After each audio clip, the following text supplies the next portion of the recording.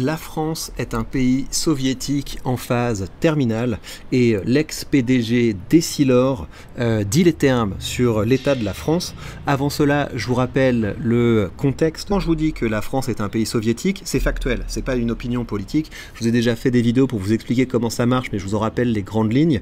Ce qui reste de l'économie française, c'est une économie qui subventionne la consommation de biens importés. Donc je ne sais pas si vous réalisez le délire.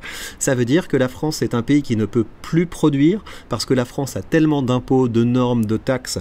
C'est impossible d'embaucher des gens, c'est impossible d'avoir une usine en France parce que tout le monde est beaucoup trop taxé. On ne produit pratiquement plus rien en France et donc cela veut dire que l'on importe la plupart des choses que l'on consomme. S'ajoute à ça le fait qu'il y a à peu près 20% de la population en France qui est véritablement active, c'est-à-dire qu'il y a une activité productive qui ne dépend pas plus ou moins directement des impôts des autres. Et donc la France est un pays avec une économie parasite qui est beaucoup plus grande que l'économie réelle. Et ce que ça signifie très concrètement, c'est que les Français n'ont pas eux-mêmes les moyens de pouvoir vivre, de pouvoir consommer, de pouvoir acheter des choses. Et c'est pour ça que l'État passe son temps à faire des chèques. Donc il fait des chèques sous la forme d'aide sociale, il fait des chèques sous la forme de bouclier énergie, sous la forme de primes de Noël, sous la forme de primes de rentrée, sous la forme de primes pour rapiécer les vêtements, sous la forme de bons d'achat de toutes sortes. Et donc c'est cette consommation subventionnée qui fait qu'il y a un semblant d'économie en France, mais cette économie est subventionnée par la dette. Et donc toutes les fois que l'économie de la France se casse la figure, eh bien les pouvoirs publics réagissent en accélérant un petit peu la soviétisation, c'est-à-dire, vous inquiétez pas, on va passer à la caisse, on va imprimer de l'argent, on va faire de la dette, et comme ça permettra de maintenir cet état parasite. Dans ce contexte, vous avez trop peu de personnes qui disent les termes. Pourquoi? Parce que les gens qui se disent de droite en France, en fait, ce sont des socialistes identitaires, ce sont des gens qui commentent les faits divers, mais vous avez heureusement certaines personnes qui disent ce qu'il faut dire. J'essaie de le faire, mais toutes les fois que vous avez une personne qui décrit la situation française avec un petit peu de vérité, j'ai envie de le mettre en avant, et donc on va écouter Xavier Fontanet, histoire de se sentir un petit peu moins seul. Il faut parler aux Français en parlant sérieux. Et moi je pense, si vous voulez, que le truc à gagner, les 300 milliards, si vous voulez, on a les 150 milliards de déficit, plus il faut rajouter 100 milliards entre le militaire, les impôts de production et le remboursement. Il faut 300 milliards. Il y a deux façons de les retrouver très simplement. Le premier, c'est la fonction publique qui n'est pas efficace comme elle devrait, puisque Larosière, invité Jacques de Larosière. On l'a déjà invité, une personne extraordinaire. Extraordinaire. Jacques de Larosière dit, écoutez, les Français, on a 5,7 millions de fonctionnaires pour 65 millions d'habitants, les Allemands 4,5 pour 60, c'est 2 millions trop. Je voudrais développer un petit peu ça, parce que c'est un point qui est très important. C'est que quand vous dites ça à des gens qui sont gauchistes, ils vous disent « mais on ne va pas mettre des pauvres gens à la rue, on ne va pas mettre des pauvres gens au chômage, les pauvres fonctionnaires ».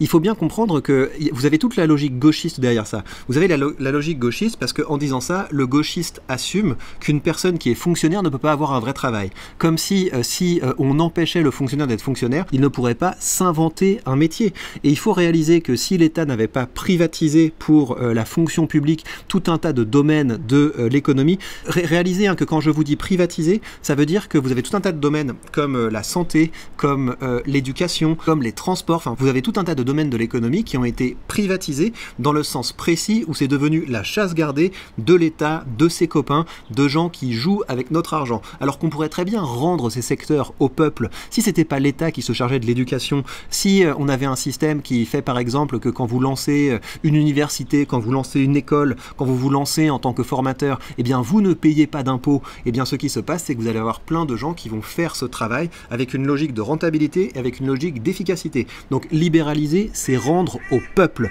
Et on redressera la France quand on sera capable d'enlever les sales pattes de l'État, de tout un tas de domaines dont on pourrait s'occuper beaucoup mieux sans l'État. Et comprenez donc que si effectivement on licenciait 2 millions de fonctionnaires, eh bien on remettrait 2 millions de personnes dans l'économie réelle, et avec les bonnes incitations, ces personnes pourraient devenir des membres productifs de la société. Le fonctionnaire, 150 milliards.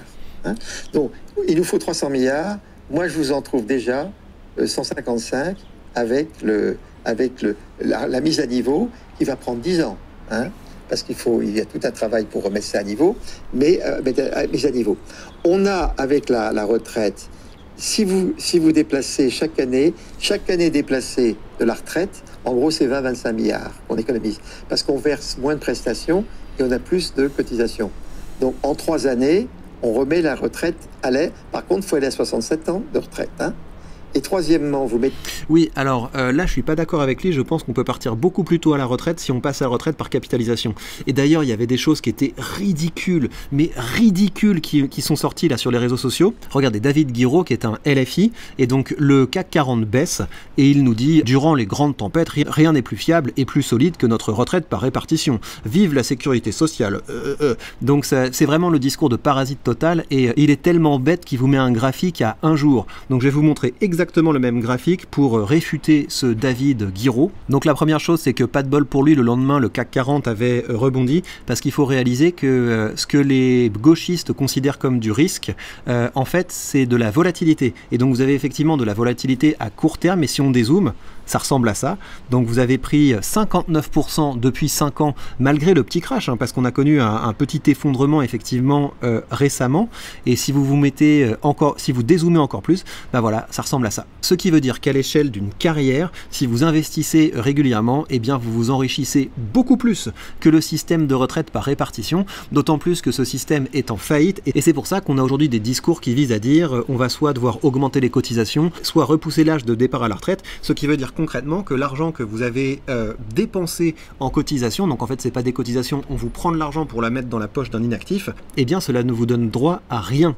Alors que si on avait un système qui était un peu plus intelligent, où votre argent reste votre argent et vous l'investissez dans quelque chose qui vous permet d'avoir une certaine croissance, une certaine appréciation du capital, eh bien on pourrait partir beaucoup plus tôt à la retraite. Et vous en verrez un exemple sur cette chaîne, hein, parce que moi je pense que vers 45 ans, je vais complètement lâcher le pied, et à 50 ans je travaillerai seulement pour le plaisir, parce que j'aurai assez d'investissement pour que le travail soit devenu optionnel. Donc moi je ne suis pas pour repousser le départ à la retraite, je suis pour un passage à la retraite par capitalisation. Un ticket modérateur sur la santé, vous mettez tout à l'équilibre. Donc là déjà j'ai récupéré. Et l'autre truc que personne ne raconte, c'est les 35 heures. On n'a jamais raconté que les 35 heures c'est une catastrophe. Alors c'est tellement génial les 35 heures, cher ami, vous prenez du temps libre, hein, et vous donnez du boulot aux autres. C'est génial. Bon, sauf que ça marche pas. Et bien vous avez tout de suite vu le truc. C'est marrant parce que toutes les choses qui visent à partager et à répartir de façon forcée, c'est de la daube. Et c'est vrai avec le système de santé, c'est vrai avec le système de retraite, c'est vrai avec le travail, cette idée on va partager le travail entre beaucoup plus de gens, en diminuant le temps de travail, etc. Bah, effectivement, c'est de la daube. Le partage, c'est du vol et c'est de la daube. Faites le calcul. Vous mettez 25 millions de personnes qui travaillent 4 heures pas assez, 4 fois par mois, 4 mois, 11 mois. Le prix moyen, c'est 19 € l'heure. Vous multipliez par 2, vous perdez 200 milliards. Vous perdez 2 à 220 milliards de PIB, ça fait 100 milliards de recettes. Donc, avec les économies de Jacques Delarosière sur les fonctionnaires et le passage à 40 heures, on retrouve la somme qui nous permet de combler les trous et de refaire ce qu'il faut pour remettre du fric dans l'armée. Et ça, si vous voulez, je pense qu'il faut faire rentrer la dimension maintenant géopolitique dans les discussions. Il serait temps. Il serait temps. Et à ce moment-là, dire, écoutez, on est en train de jouer notre avenir, parce que si on fait les cons, on ne sait jamais ce que peut... Eh ben, une personne comme ça, si elle est articulée, c'est parce qu'elle a déjà travaillé dans sa vie. Parce que quand vous êtes un chef d'entreprise, vous savez ce que ça veut dire d'être à l'équilibre, vous savez ce que ça veut dire d'être rentable.